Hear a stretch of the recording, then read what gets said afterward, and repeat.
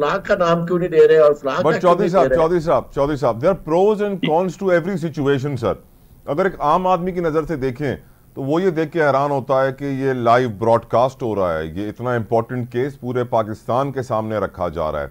एक आम आदमी ये भी सोचता है कि इतने 12 साल हो गए, जुल्फ़िकार अली भुट्टो जैसा रेफरेंस, सदारती रेफरेंस किसी ने नहीं उठाया, चीफ जस्टिस काजी फ़ायज़ ईसा साहब ने उठाया। लोग और भी बहुत सारी चीज़ें ऐसे देखते हैं जिसकी वजह से तारीफ करने पर मजबूर होते हैं काजी फ़ायज़ ईसा साहब की।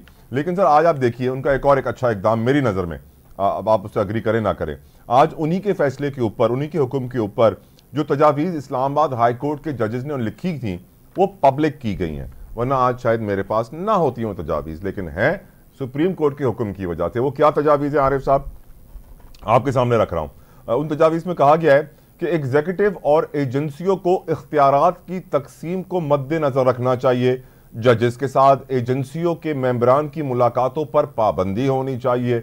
जजेस में कोई तकसीम नहीं, तकसीम के तासुर को ज़ायल करने की ज़रूरत है। अगर किसी जज के साथ कोई मुदाखलत हुई तो वो फ़ौरन रिपोर्ट करे।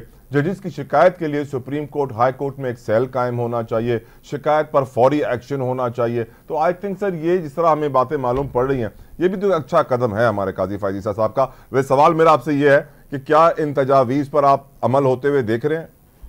देखिए, मैं आपको एक अर्ज करूं कि बड़ी मारूफ कहावत है कि बिल्ली के गले में घंटी कौन बांधेगा। आप आपस में बैठ के जो मर्जी कर ले, बात यह है कि जो कर रहे हैं मुदाखलत, उन्हें जब तक आप बुला के पूछते नहीं है और उन्हें कहते नहीं है कि जनाब आप क्यों ऐसा कर रहे हैं, उस वक्त तक तो ये सारी बातें आपकी आपस में है। जाहिर है कि आपने सबसे पहले जो गवर्नमेंट थी वो उसके हेड को आपने बुला लिया, या वो खुद आ गया या आपने बुला लिया, और उसके बाद आपने एक कमीशन बना दिया, बेईमानी कमीशन। और उस बेईमानी कमीशन को उस वक्त अगर वो कबूल कर लेते जो साबिक चीफ जस्टिस थे तो मामला और तरफ चले जाना था। लेकिन ये है कि चूंकि उन्होंने कबूल ना किया, उन्होंने भी कहा और लोगों ने भी ना माना कि जनाब अब तक तो जो इस तरह के कमीशन बने हैं उनकी कभी कोई कार्रवाई मंजर यहाँ पे भी नहीं आई और उसके कोई असरात भी नहीं है।